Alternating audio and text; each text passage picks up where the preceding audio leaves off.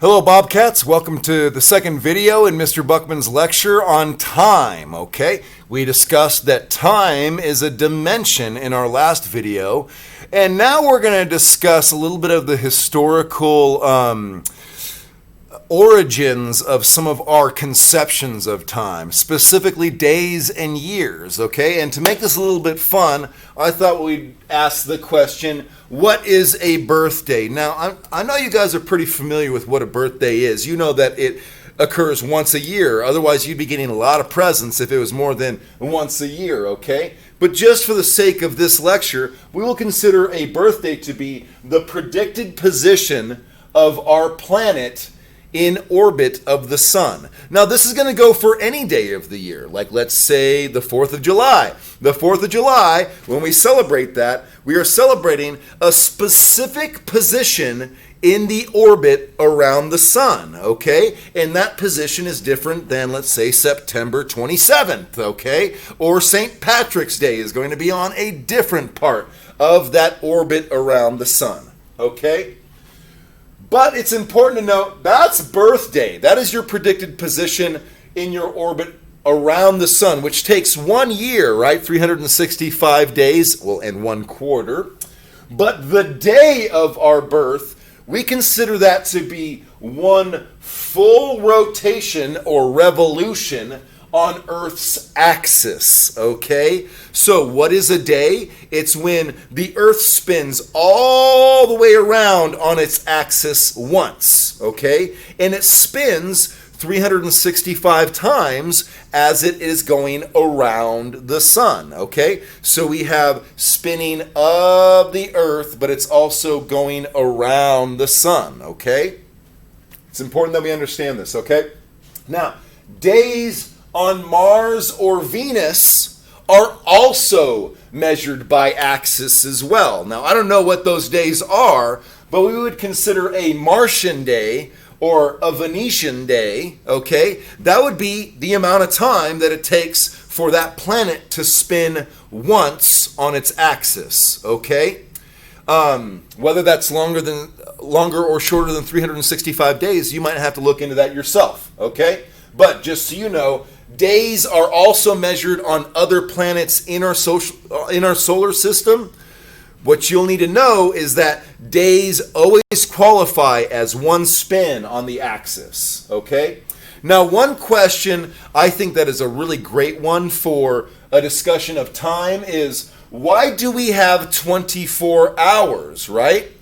And your first thought might have to do with latitude and longitude, but let's remember that the ideas of how many hours there are in a day have been around for much, much longer than our ideas about latitude and longitude, okay? Yes, there are 24 time zones in longitude, okay? But that's not why we have 24 hours. It's important to understand that it wasn't always this way. And it's been changing differently in different parts of the world to kind of come to where we're at now, okay? Now, for instance, like the word noon, for instance, okay? This is a really fun one. The word noon. Now, this is actually from Latin, which means the 9th hour, okay? Noon means 9th hour in Latin. But we know noon to be what? 12 o'clock, okay? It's when we go from AM to PM, okay? Now, this translation of noon meaning the 9th hour, what they were trying to get at was, what is midday, okay? Now, 9 o'clock in the morning, in the summertime, that's not really midday because we have very long days, right? Or maybe it would be closer to midday because we have so many hours in the morning with sunlight in the summer, okay? But 9 o'clock in the morning will be different and feel different in the winter, okay? In 9 o'clock in the winter time, let's say close to winter solstice, the sun might have only come up an hour and a half or 2 hours prior to 9 o'clock, okay? So that 9 o'clock would not be a good marker for midday. And I'll talk about this idea of midday here in just a second, okay? In any case, throughout history, there is an effort to break the day into equal parts. however many equal parts we can find, that will do. What happens is that even in Mesopotamia and also in Egypt, here's one of those missing vocab terms for you, Egypt, the day was broken into two 12-hour periods known as day and night, okay? And that's how we kind of come into this 24-hour period, is in ancient Mesopotamia and Egypt, it was more about having two 12-hour shifts of day and night. Now, obviously, that's going to change throughout the year when you have more or less sunlight, depending on axial tilt. But for the ancient Mesopotamians and Egyptians, this would do for the time being. We also have these terms that we know of. We use them all the time. We say, hey, it was really early. It was 5 in the morning. And you know that means 5 a.m. Well, what does a.m. actually mean? Like so many things we discuss all the time, a.m., once again, is Latin for ante, which means before, okay?